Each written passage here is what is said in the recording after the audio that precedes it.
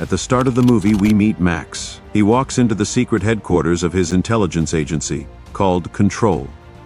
The headquarters is hidden deep underground, 16 floors below. When he gets there, Max complains to Judy, the receptionist, about the elevator not working right. Since Max isn't a field agent, just an analyst, he isn't very well known, and Judy is rude to him, making him feel awkward. Inside the headquarters, two of his co-workers, Agent 91 and Larrabee, tease him and remind him that the results for the field agent test are coming out today. Max acts like he doesn't care, but deep down, he really wants to pass because he's desperate to become a field agent soon. Then he talks to his friends Bruce and Lloyd, who support him and wish him luck. While they're talking, Agent 23 walks in, and everyone claps for him because he just finished a very risky mission. Later, during a meeting, Max talks about a bad group called Chaos. He says Chaos has been really interested in some stolen radioactive material. The boss of Control seems interested in Max's report, but most of the others look bored because Max's reports are always very long. Agent 23 gets annoyed and smashes Larrabee's phone because he's distracting Max. Everyone gets even more frustrated when Max says the next 100 pages of his report might be a little boring. Next, we see a scene in Chechnya where Chaos members blow up a factory to hide that they stole radioactive material.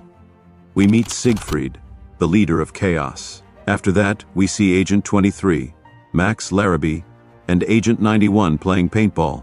Larrabee and Agent 91 make fun of Max, but Max manages to hit Larrabee.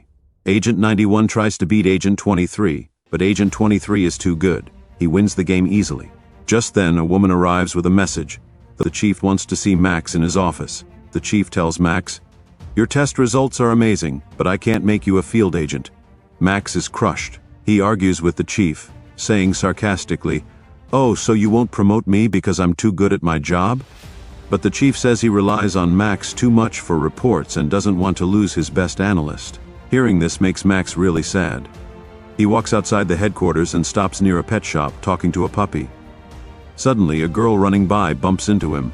Max likes her right away and tries to talk to her, but she ignores him and leaves. A little later, Max goes back to the headquarters and sees that it's been attacked. He asks Bruce and Lloyd what happened, and they tell him there was an attack. Then, Max sees the same girl he bumped into earlier.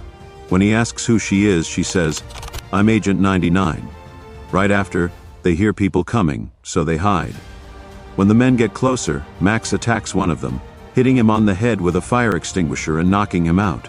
But then he realizes it was his own team, and he had just hit the chief. The next day, everyone meets at a backup headquarters as ordered by the chief. Before the meeting starts, Max suggests using the cone of silence, a machine that makes their conversation private.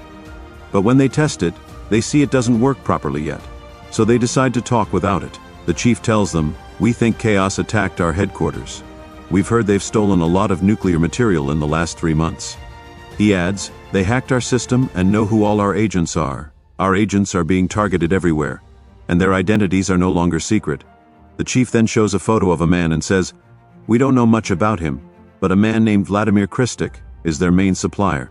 If we find him, we can get to Chaos. We have to stop them before they use the nuclear material."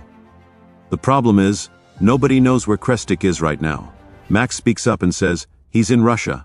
Earlier, Max had written a long report about Christic, but because his reports were always so detailed, nobody read it properly. Since Chaos already knows the identities of all Control agents, the chief decides to send a new agent, Agent 86, along with Agent 99 to Russia.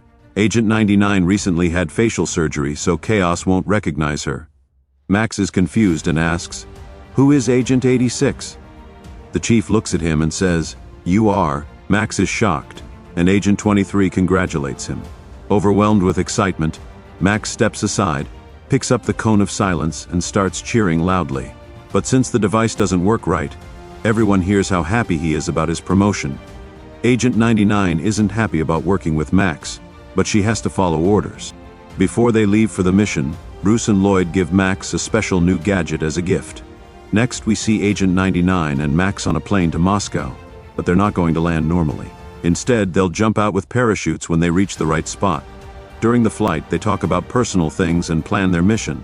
They'll pretend to be a married couple. When Agent 99 mentions her age, Max starts giving her advice. telling her she should get married soon because she's getting old. This annoys Agent 99. Later, Agent 99 notices a tall man sitting behind them and thinks he might be a chaos agent. She tells Max, but Max says profiling people like that is wrong for an agent. Then Max realizes gum is stuck to his shoe. He tries to remove it with a matchstick, but things go wrong. The passenger behind him thinks Max is trying to light his shoe like a bomb, causing panic. Max tries to explain he was just cleaning his shoe, but before he can, a federal marshal on the plane handcuffs him and makes him sit at the front. Since the plane is almost at the drop zone, Max pretends he needs to use the bathroom. Inside the bathroom, Max takes out the gadget Bruce and Lloyd gave him. He tries to use it to free himself, but he keeps missing the handcuffs. Suddenly, the gadget's small arrow hits the plane's eject button by mistake, and Max gets thrown out of the plane, without a parachute. Agent 99 goes into the bathroom and sees Max is gone. Realizing what happened, she quickly grabs both parachutes and jumps out after him. While falling, she looks around and finally catches Max in mid-air. Once she has him, Max relaxes. Then the tall man Agent 99 suspected earlier, his name is Dalip, jumps out too. He's actually a chaos agent sent to kill them. Max warns Agent 99, but Dalip catches up to them in the air, and a fight starts. First, Dalip ruins Agent 99's parachute.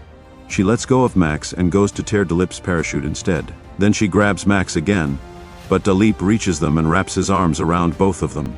Agent 99 tries to open her emergency parachute, but it won't work. Just before they hit the ground, she tricks Dalip into letting go, and she and Max land safely with the emergency parachute. Dalip survives too, but his parachute opens at the last second. As Max and Agent 99 walk to their destination, they argue about who should lead the mission. Agent 99 says Max has no experience and has only caused problems so far. But Max argues that when he was an analyst, he saw her test results, and his scores were higher than hers.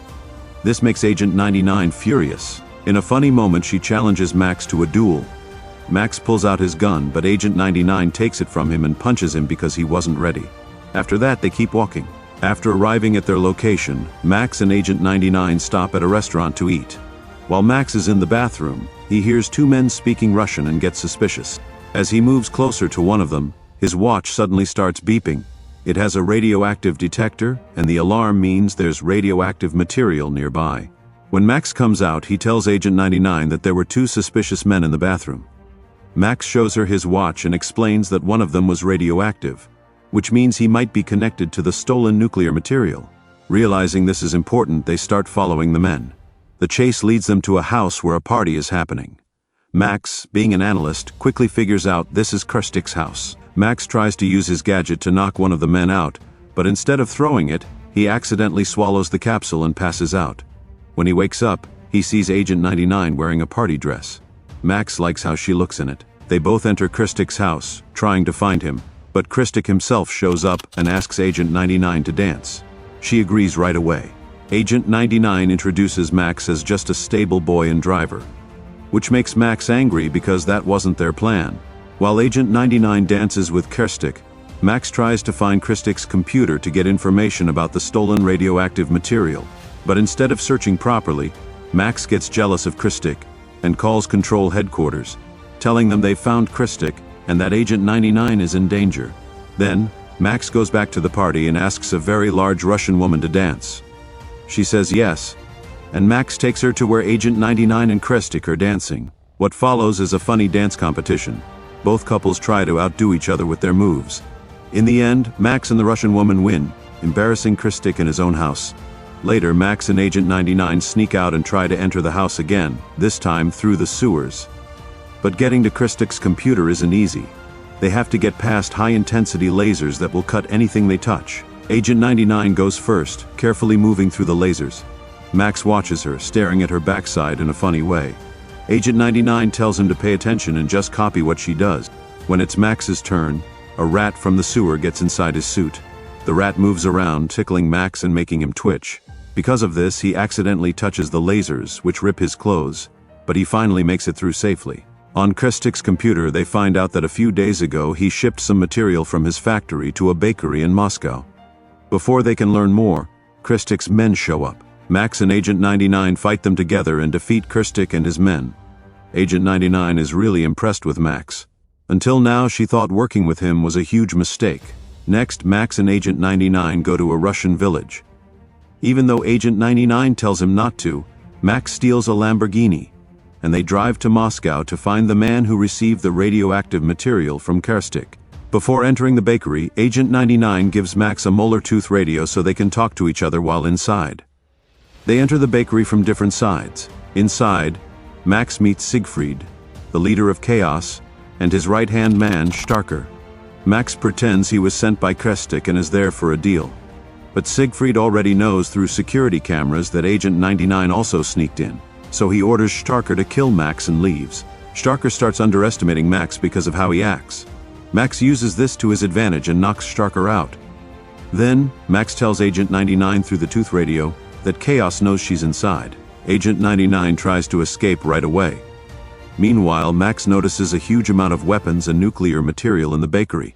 He carefully places small explosives around the building, not to blow everything up but just to bury the weapons safely. He's smart enough to know not to cause a big explosion. As the bombs are about to go off, Max and Agent 99 run to the rooftop. Seconds later, the entire lab collapses under small explosions, trapping all the weapons inside. They run into Dalip again, the same man who attacked them during their parachute jump earlier. Max and Agent 99 can't beat him in a fight. Dalip pushes Agent 99, and she gets stuck. Just then, Max recognizes Dalip's voice from earlier recordings. He remembers that Dalip has been struggling with problems in his marriage, which has been affecting him deeply. Since Dalip is much stronger than Max, Max decides to talk to him about relationships and life instead of fighting. He even throws his gun away. Surprisingly, this makes Dalip emotional, and he quietly walks away without hurting them. Max and Agent 99 manage to leave the place safely without getting shot by any Chaos agents. The next day, while walking around Moscow, Max asks Agent 99 why she had facial surgery. She tells him that during a mission, she fell in love with someone, which revealed her identity. She had two choices: either stay in the office as an analyst for the rest of her life, or go through painful surgery to change her face and return to fieldwork. She chose the second option. Meanwhile, Siegfried and Starker discuss their big plan: an attack on Los Angeles. The next day, Agent 23 arrives at the bakery to check for evidence.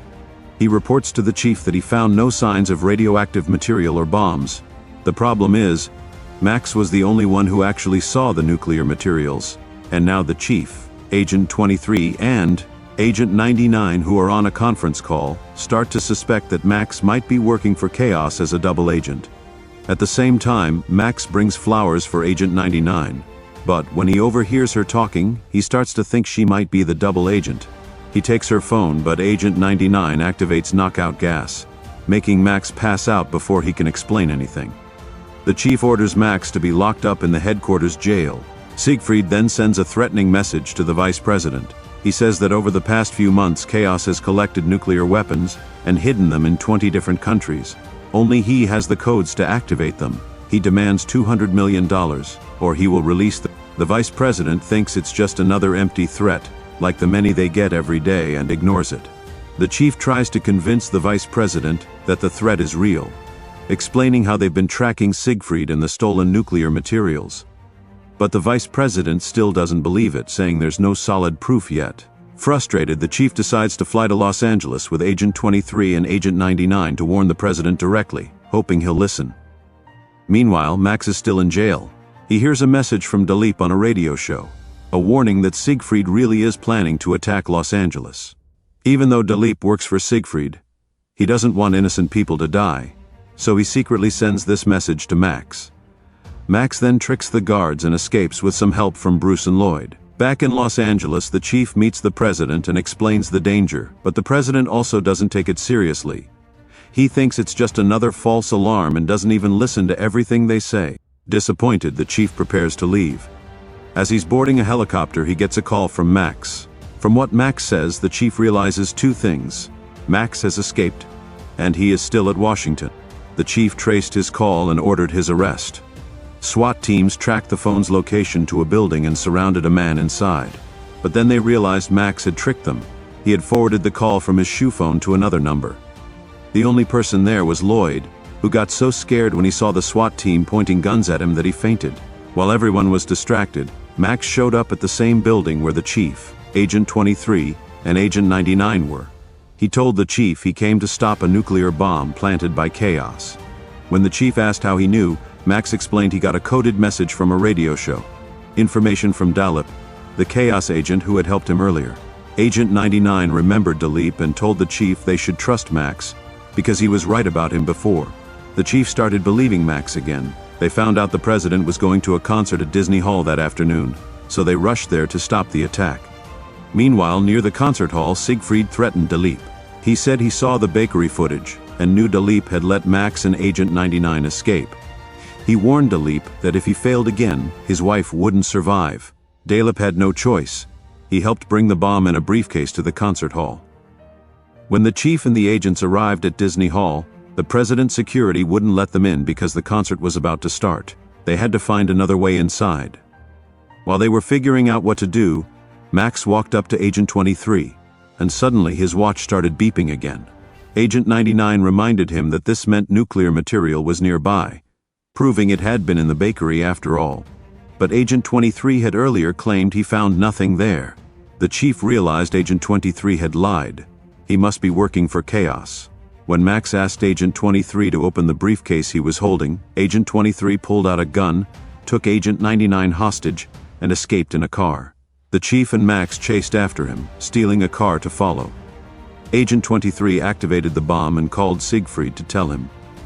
From the control room, the chief got word that Agent 23 was getting too far ahead. So he and Max cut through a golf course and reached an aviation site, where they grabbed a small plane to keep chasing him. They caught up to Agent 23's car, but the road was below them. Max hung from a billboard attached to the plane and tried to swing into Agent 23's car. Agent 23 fought back, but Max managed to get inside, and the two started fighting. Meanwhile, Agent 99, still handcuffed, tried to use one of Max's gadgets to free herself. She reached into his pocket with her foot, but accidentally hit the car's dashboard instead. The car swerved off the road and crashed onto train tracks. Max knocked out Agent 23 and freed Agent 99, but they still didn't know how to stop the bomb. If they didn't deactivate it in time, the president and the whole city would be destroyed. With the car speeding out of control, they tried to escape onto the plane again. But Agent 23 woke up and grabbed for the briefcase. At the same time, Agent 99 was barely holding on, about to fall from the car. Then Max remembered the trick Agent 99 had used during their parachute jump. He tricked Agent 23 the same way, making him look away for a second. In that moment, Max hit him with the briefcase, knocking him out for good. Max saves Agent 99, but because the car is out of control, both of them get dragged. Max's foot gets stuck in a rope. When another train comes straight at them, Max quickly pushes Agent 99 off the tracks. The chief and Agent 99 think Max got hit by the train, but seconds later, Max appears behind Agent 99. He jumped away just in time. Agent 99 is so happy to see him safe that she hugs him tightly. The device Agent 23 used to activate the bomb got broken in the crash. When Max looks at it closely, he recalls Siegfried mentioned a musical note. Using this, he figures out the bomb is programmed to go off automatically when the music performance at Concert Hall finishes. Knowing they're running out of time, Max, Agent 99, and the chief rush back to the concert hall. When a guard tries to stop them, the chief punches him out. They make it just before the final note. Max jumps at the pianist and stops him from playing. Agent 99 tells security there's a bomb. Max thinks it might be hidden in the piano, and he's right. They find it there. Meanwhile, Siegfried realizes the bomb didn't go off. As he drives away, he tells Dalip, "You did your job, so I won't hurt your wife. But she isn't worth keeping alive anyway." This makes Dalip so angry that he throws Siegfried out of the moving car. Back at Control Headquarters, we meet a new robot agent named Jaime. Agent 91 and Larrabee try to mess with him, but Jaime easily overpowers them. We also learn that Max and Agent 99 are now dating. Max tries to keep it secret, but the chief says everyone already knows about them. When they get in an elevator together, Max tries to fix the door panel. Agent 99 warns him not to, but Max doesn't listen. Suddenly the door closes and Max's gadget accidentally fires, hitting him in the cheek with an arrow again. This funny moment ends the movie. If you enjoyed this recap, please like this video, subscribe for more movie breakdowns, and share it with friends. Thanks for watching. See you next time.